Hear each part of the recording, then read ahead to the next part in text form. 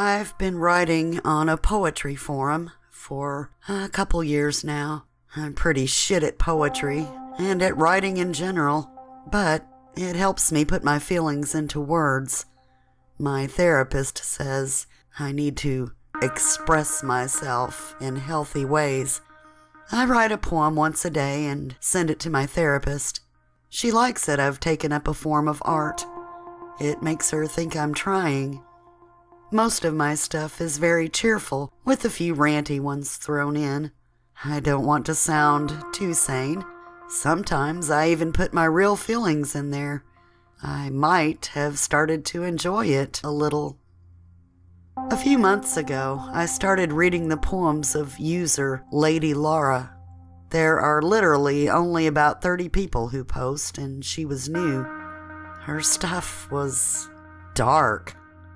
Most of her stuff was about pregnancy and postpartum depression, but others were about her dreams of dying, burning down her own home with her family inside, including herself, and letters in poem form addressed to, quote, anyone, begging them to kill her.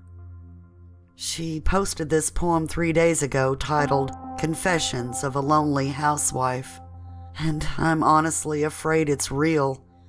Her stuff is dark, yes, but she's not written something this bad before. I sent her a message and I haven't received a reply.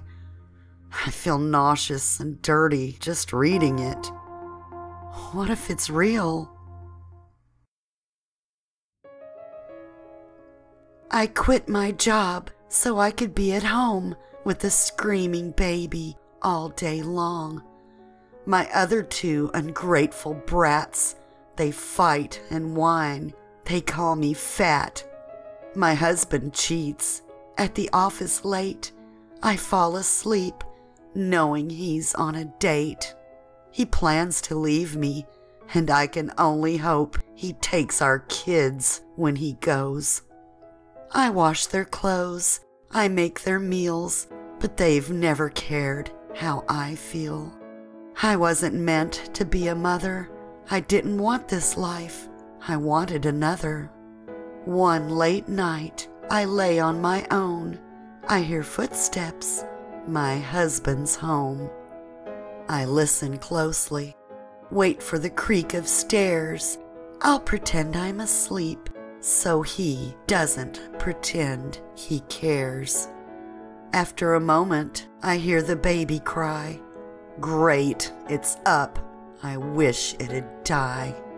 On the way down the hall, I think of throwing it against the wall. But something happens. The cries suddenly end. I enter the room. Over its crib I bend. My wishes were granted. My baby's blue, but the bruises on its neck are a lovely purple hue.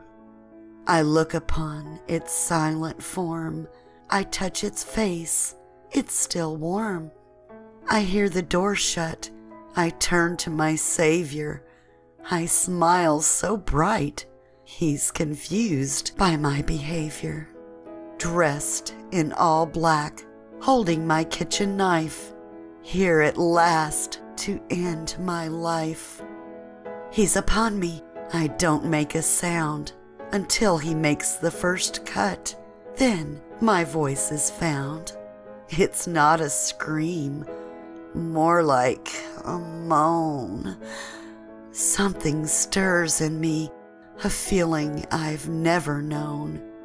He slices not too deep, so I survive. Slash after slash, I feel so alive. My chest is in ribbons, so he moves to my face. I don't struggle, this pain I embrace. He goes for my eyes, I beg he only take one. And he smiles at me, I'll leave you none. You misunderstand, I want to see, I want to watch while you cut into me. He cuts off my breasts, he cuts off my nose. I've been carved up from head to toe. At last I feel something, My body's on fire from this pure agony. I could never tire. I want more. There's nothing left to cut. But the children still sleep. Their door is still shut. I'm losing blood. Soon I'll bleed to death. But I have one request before my last breath. Hack up the 2 children that sleep behind that door. Then go kill my husband. He's out fucking his whore. Take me with you. I want to observe. Make sure that you give them the slow death they deserve. He thinks a while, and we finally agree that he'll allow me to witness the death of my family. He binds me in duct tape so I don't bleed out yet. He says he'll bring them to me. I'm so glad we met. I drag myself to a drawer, fumble for something with a point.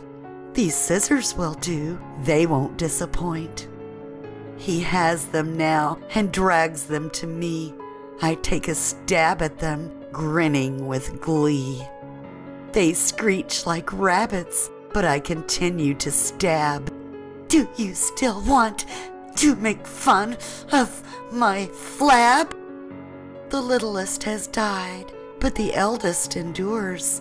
Of who I am, he seems unsure. He struggles no more.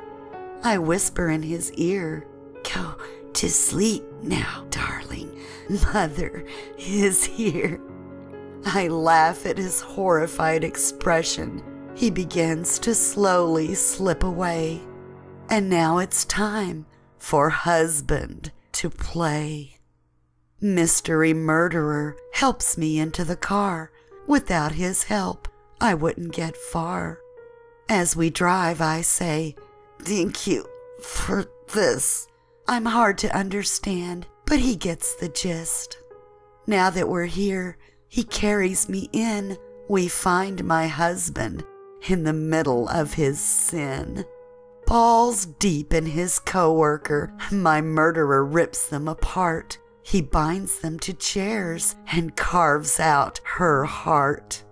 She's finally bled out and just freshly dead.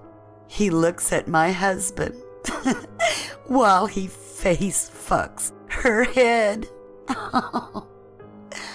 I watch intently, and I'm starting to sweat. For the first time in years, I'm actually wet. My husband dies slowly. He's been flayed alive. I didn't think he'd last an hour, but he survived 5.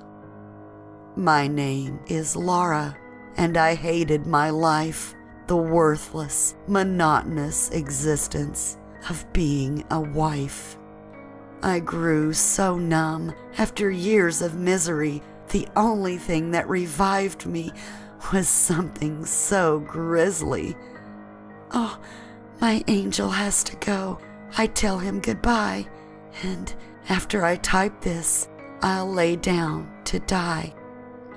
Perhaps I'll last long enough to watch the sunrise, so I can see something beautiful before I close my eyes.